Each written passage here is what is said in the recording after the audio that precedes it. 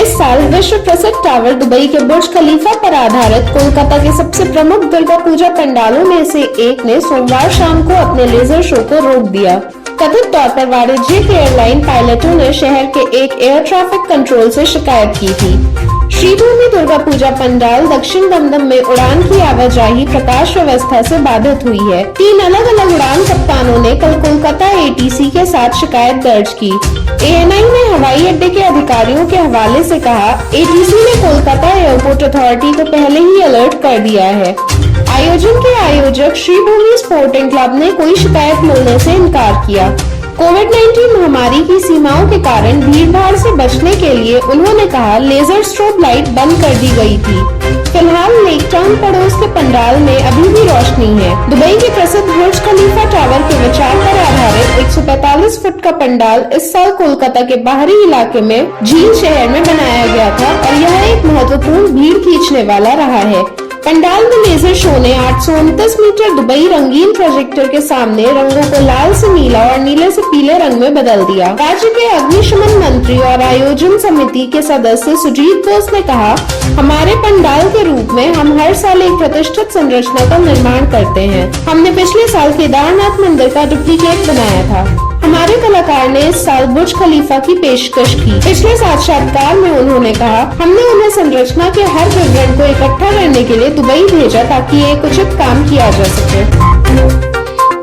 विश्व बैंक की एक रिपोर्ट में कहा गया है कि पड़ोसी देश पाकिस्तान उन शीर्ष 10 कर्जदार देशों में शामिल हो गया है जिनके पास सबसे ज्यादा बाहरी कर्ज है और कोविड-19 महामारी के बाद ऋण सेवा निलंबन पहल के लिए पात्र बन गया है। इस वजह से उसे अब विदेशी ऋण हासिल करने में मुश्किल हो सकती है। विश्व बैंक द्वारा सोमवार को जारी 2022 में अंतर्राष्ट्रीय ऋण सांख्यिकी का हवाला देते हुए पाकिस्तान के मशहूर अखबार दी न्यूज इंटरनेशनल ने अपनी रिपोर्ट में कहा है, बड़े कर्जदारों समेत DSSI की जद में आने वाले देशों को प्राप्त कर्ज की दर में व्यापक अंतर रहा है। 10 सबसे बड़े DSSI योग्य उधारकर्ताओं का संयुक्त विदेशी ऋण साल 2020 के अंत में $509 बिलियन था, जो 2019 के मुकाबले 12% अधिक है और DSSI के दायरे में आने वाले सभी देशों के कुल विदेशी कर्ज का 59% था। इन 10 देशों में Angola, Bangladesh, Ethiopia, Ghana, Kenya, Mongolia, Nigeria, Pakistan, Uzbekistan और जाम्बिया शामिल है। DSSI के दायरे में आने वाले इन देशों के पास 2020 के अंत तक बिना गारंटी वाले विदेशी कर्ज का करीब 65% हिस्सा था। इन देशों को अलग अलग दर पर विदेशी कर्ज मुहैया कराए गए थे। कुछ समय पहले यह रिपोर्ट आई थी कि पाकिस्तान पर जितना कर्ज है उसमें इमरान खान सरकार का योगदान 40% है। 2 से 18 वर्ष की आयु के बच्चों के लिए भारत बायोटेक के कोवैक्सीन के लिए विपणन प्राधिकरण जारी करने के लिए विश्व विशेषज्ञ समिति की सिफारिश ने जायडस कैडिला वैक्सीन के रोल आउट पर संदेह जताया है, क्योंकि टीके की कीमत टीकाकरण कार्यक्रम में इसकी शुरुआत में देरी करती प्रतीत होती है। फार्मा रेगुलेटर ने जायडस कैडिला की इमरजेंसी यूज ऑथराइजेशन को 12 से 18 साल की उम्र के युवाओं को कोविड वैक्सीन ज़ाइकोव-डी देने के लिए अधिकृत किया है। क्योंकि कोवैक्सीन समान आयु वर्ग के लिए उपलब्ध होगा, सरकार की सौदेबाजी की स्थिति में सुधार होगा, जबकि जायडस के साथ बातचीत में वैक्सीन की कीमत शुरू हो रही है।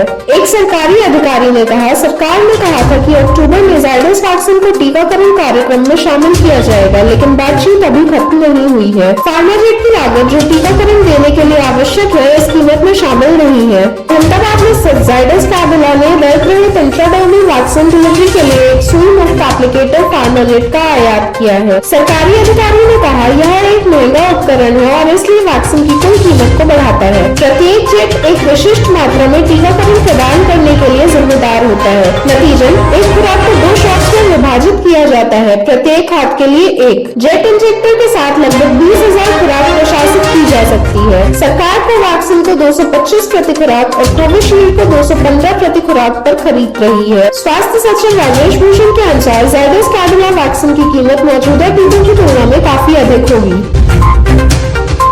न्यूज एजेंसी ANI के मुताबिक मंगलवार को दिल्ली पुलिस की स्पेशल सेल द्वारा पकड़े गए पाकिस्तानी आतंकी ने राष्ट्रीय राजधानी में कई जगहों पर परीक्षण किया था। आरोपी मोहम्मद अशरफ ने 2011 के दिल्ली हाईकोर्ट बम विस्फोट से पहले एक परीक्षण मिशन चलाया था। घटनाक्रम के करीबी सूत्रों ने कहा, पूछताछ के दौरान जब 2011 के दिल्ली उच्च न्यायालय विस्फोट में एक आरोपी की तस्वीर दिखाई गई, तो उसने खुलासा किया कि उसने उच्च न्यायालय का परीक्षण किया था। हालांकि विस्फोट में उसकी संलिप्तता स्पष्ट रूप से नहीं बताई जा सकती है, क्योंकि अभी तक कोई सबूत नहीं है। इसके अलावा अशरफ ने ITO पुलिस मुख्यालय का परीक्षण किया था। उसने खुलासा किया कि उसने बहुत सारी रेकी की है, लेकिन ज्यादा जानकारी हासिल नहीं की जा सकी क्योंकि उसे पुलिस मुख्यालय के बाहर रुकने की अनुमति नहीं थी। उसने ISBT का परीक्षण भी किया था और पाकिस्तानी आकाओं को सूचनाएं भेजी गई थी। अशरफ ने यह भी कहा कि उन्होंने इंडिया गेट और लाल किले के साथ साथ 10 स्थानों पर परीक्षण किया था। ये सभी रेकी कुछ साल पहले की गई थी। उसने अभी तक उन जगहों का खुलासा नहीं किया है जहां वह एक आतंकवादी ऑपरेशन करना चाहता था। जांचकर्ता अब उससे यह पता लगाने के लिए पूछताछ कर रहे हैं कि क्या वह दिल्ली में हाल ही में हुए किसी विस्फोट में शामिल था। पंजाब प्रांत के निवासी मोहम्मद अशरफ को लक्ष्मी नगर में हिरासत में लिया गया। पुलिस के अनुसार उसके पास से एक AK-47 राइफल, एक ग्रेनेड और एक पिस्तौल बरामद हुए हैं। सूत्रों के अनुसार उसे बिहार के ग्रामीण सरपंच से एक नकली भारतीय राष्ट्रीय पहचान पत्र मिला। उन्होंने दावा किया कि पूछताछ के दौरान आरोपी ने खुलासा किया कि उसने पहले बांग्लादेश और फिर कोलकाता, पश्चिम बंगाल की यात्रा करके भारत में प्रवेश किया। वह अजमेर शरीफ गए जहां उन्होंने बिहार के लोगों से मुलाकात की और उन्हें उनके गांव तक पहुंचाया जहां उन्होंने शरण ली। उसकी गिरफ्तारी के बाद उस व्यक्ति पर गैर कानूनी गतिविधि अधिनियम, विस्फोटक अधिनियम, शस्त्र अधिनियम और अन्य विधियों के तहत आरोप लगाया गया था।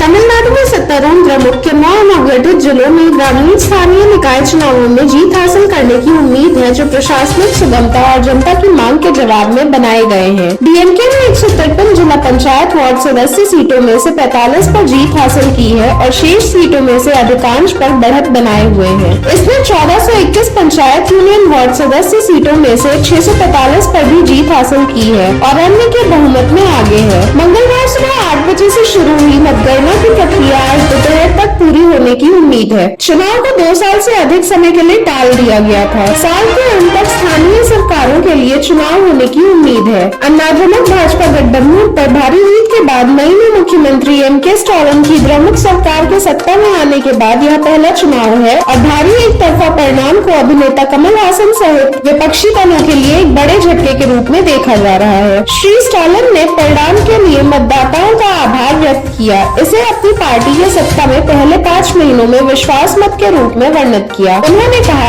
हम और भी कठिन काम करेंगे, लोगों के विश्वास की रक्षा करेंगे। हमारे लिए पिछले 5 महीनों में सद्भावना की वृद्धि हुई है। तेनकासी जिले की 22 वर्षीय सारूलता, जो वेंकटपट्टी पंचायत सीट जीत कर सबसे कम उम्र की पंचायत अध्यक्ष बनी, अधिक दिलचस्प परिणामों में से एक है। इस बीच कोयम्बटूर में एक भाजपा उम्मीदवार को केवल 1 वोट मिला, जिसे ट्विटर पर 1 वोट BJP हैशटैग का उपयोग करते हुए चुटकुले और मीम्स की झड़ी लग गई है। तमिल अभिनेता विजय के बैनर तले दौड़ने वाले 45 उम्मीदवारों ने जीत का दावा किया है। द्रमुक और उसके सहयोगियों, जिसमें कांग्रेस भी शामिल है, ने इस साल की शुरुआत में अप्रैल में विधानसभा चुनाव में अन्नाद्रमुक भाजपा गठबंधन पर सहज जीत हासिल की थी। द्रमुक कांग्रेस को 234 में से 159 सीटें मिली, जबकि अन्नाद्रमुक भाजपा को 75 सीटें मिली। कमल हासन की MNM ने एक भी सीट नहीं जीती और अभिनेता खुद कोयम्बटूर में भाजपा के वंती श्रीनिवासन से हार गए।